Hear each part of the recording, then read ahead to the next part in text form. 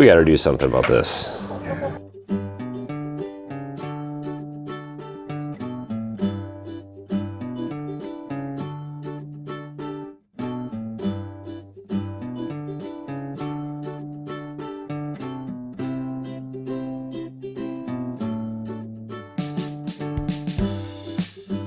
So normally when I come out to the coop in the morning, I have a few eggs laying around here, and then same thing at night. Looks like there's one back here. It's always fun to crawl back into corners on the ground in a chicken coop full of messes. So what do we have? We have the pole barn chicken coop, which is a work in progress. If you want to check that video out, feel free. Basically the circumstances in which we got all the chickens and everything. This is just a few of them. The rest of them are outside and in the pasture with the pigs, scratching around and stuff like that. There are 40 something of them. I haven't counted in a while. Actually, we just got a few more the other day. So I think there's, let's just say 50. There's 50 chickens. So I don't have nesting boxes. Now, luckily it's been winter. They haven't been laying very much. I have not supplemented light for them to kind of force them to lay more. And so I can talk more about that in another video. But it's also darker in here. And so this also kind of has relaxed their laying cycle. So my plan is I'm going to use this wall over here, and I'm going to build nesting boxes over here. They're going to be kind of temporary, but also kind of permanent. So I don't have any plans in the next few months, possibly not even this year, to build a production chicken coop, kind of a commercial chicken coop. So this will be where they'll be housed probably all summer and through next winter. So I need nesting boxes. I'm going to mount them over here, and then eventually I'll have a feeder system that will go underneath them that will be fed from above, and that'll be a whole nother video. Right now they're just eating out of this little dish, but it works. So watering system has been working awesome, although it could be a little higher for that guy. That's a giant rooster. So, but let's get started and see what we can figure out here for these nesting boxes. So before we get started, just a couple things about nesting boxes in general. Generally, I like to do a 12 by 12 by 12 nesting box that accommodates just about any breed of chicken. You know, they could be a little bit bigger for some of the giant breeds, but we don't have any of those really. So 12 by 12 by 12 is kind of what I go with nesting boxes. Worked out very well. That allows for a lot of bedding in there, and the chickens like that. You want to keep them off the ground, obviously. You can use all kinds of different things for nesting boxes. I've seen people use 5-gallon buckets and little dish pans and you know, apple crates and milk crates and all these different things. That's great. What I want to do is build something a little bit that looks a little bit nicer, hopefully, and is a little bit bigger here. How many nesting boxes do you need? Well, nesting boxes generally, you don't need one for every chicken, that's for sure. They'll never use them all. You probably could get away with one for every 4 chickens, but probably one for every 3 chickens is probably the best way to go, especially if they're all laying and maximum production in the middle of the summer. You want to make sure they have nesting boxes to go into and encourage that, otherwise you have eggs all over the ground. And so, like I do. So that's pretty much what we're going to go with here with the nesting boxes. And let's just see what we can do. Let's see what we have around here that I can use to get something put together here. All right, well, I've got a bunch of 2x4s left over from the aquaponics system. There's my aquaponics lights and some OSB. I really don't like using OSB for much, but this is what I have out here. So maybe I'll paint them down the road or something and cover it up. But I've used these in the past for other nesting boxes. It works out just fine. Well, I've got all these 2x4s that I took out of that closet from the loft renovation. So I think these will work out perfect. And I also have a bunch of new 2x4s that I've saved up here from other things. And of course, cookie dough will be helping us as well as Summer, right? So I think what I'm going to do is try to devise some type of support system out of 2x4s and then cover it with OSB and then use the OSB for dividers. I think that's going to work best. Well, let's get started.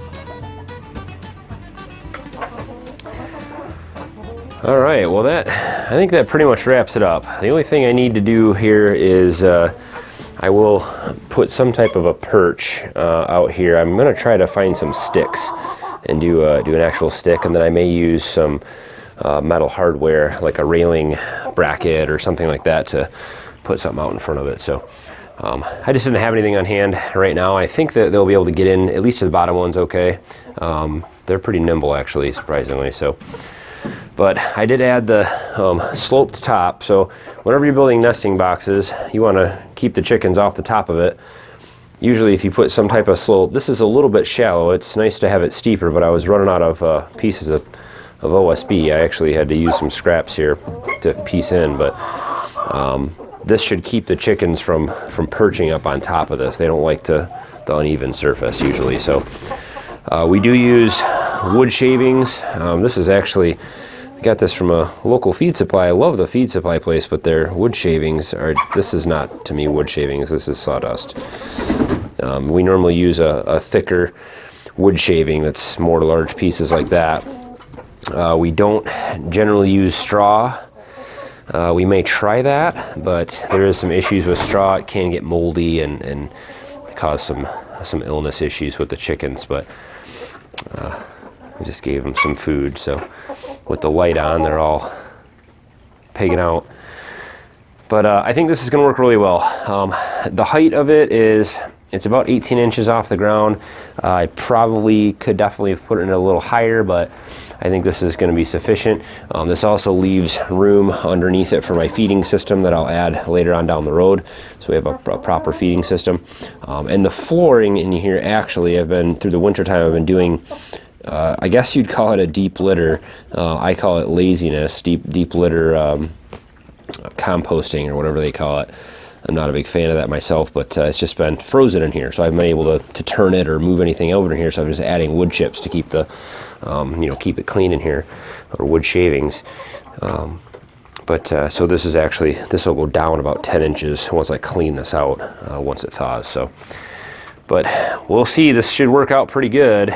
It's not as nice as my suburban chicken coop where I could access the eggs without getting in the coop, but I think this will work. So we've got, what we have here, 16 nesting boxes for, again, 48 chickens or something like that. So, but should work out pretty good.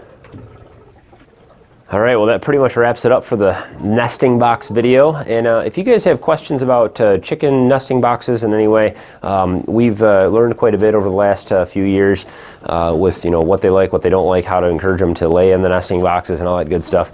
And so I'd love to answer any questions that you guys have with my experience and my best opinion anyway. I'd love to get a thumbs up on the video, guys. So if you found this informational or educational or entertaining at all, go ahead and hit thumbs up. I always appreciate it. And subscribe to the channel if you want to follow along. I'll have a lot more stuff coming up on chickens. We're actually planning to do more of a production chicken operation here, where we're going to be selling eggs and meat in a whole sustainable cycle of pasture rotations and gardening and composting, stuff all mixed together. I've got quite a system planned. They'll be coming out probably over the next year or so. And I'll have more on these chickens as well, and what we chose and why. So stick around for that kind of stuff. And as always, guys, thanks for watching. Have a good one.